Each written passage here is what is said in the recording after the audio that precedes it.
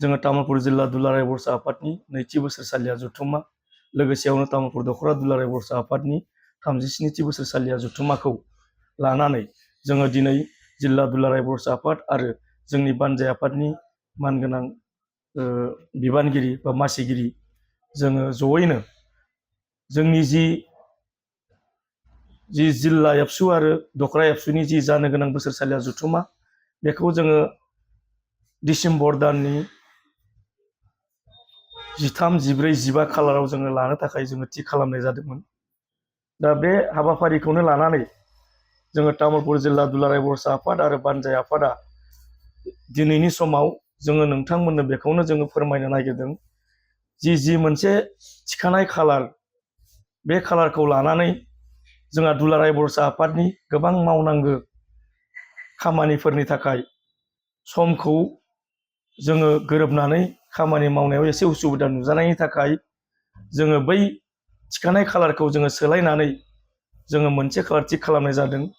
जिहेथु जोङो बानजाय आफाद दानानै जोंनि जि हाबाफारि लानानै जि लाहार फाहार बियो जोबोद गोख्रोङैनो जोंनि बानजाय आफादा मावगासिनो दङ आरो बेखौ खालामनायाव गाजा गोमजायै खुंफुंना हरनो थाखाय जोङो मिन्थिनानै मोनदों बा जोङो दिनै बुजिबाय जे बानजाय आफादा जोबोद सांग्राङैनो खामानिखौ मावगासिनो दङ।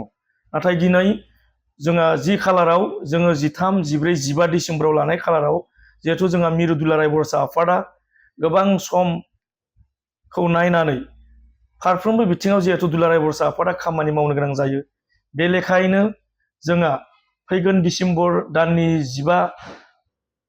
15 खालाराव सेन्ट्रेल टेलेन्ट सार्च एग्जाम बेखौ खुंनो थाखाय थि खालामनाय जादों।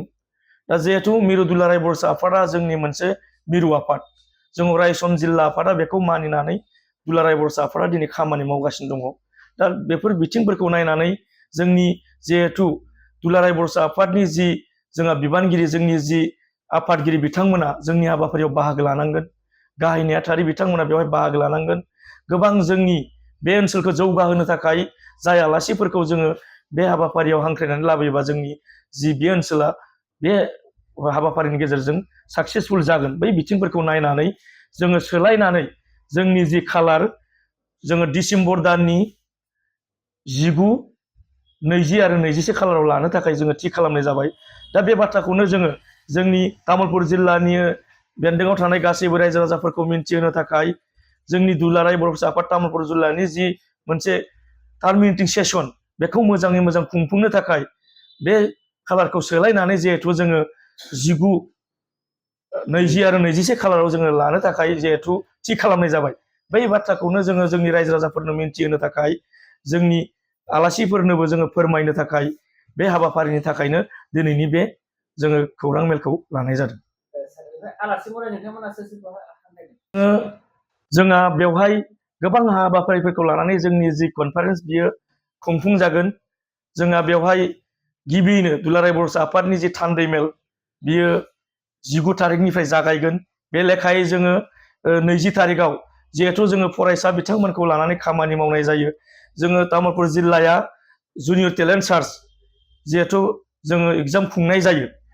बै एग्जामाव जायफोरानोखि सेथि, थामथि मासि आवग्रिनो हानाय बिथांमोनखौ जोङो बे हाबाफारियावनो जोङो बरायनाय जागोन।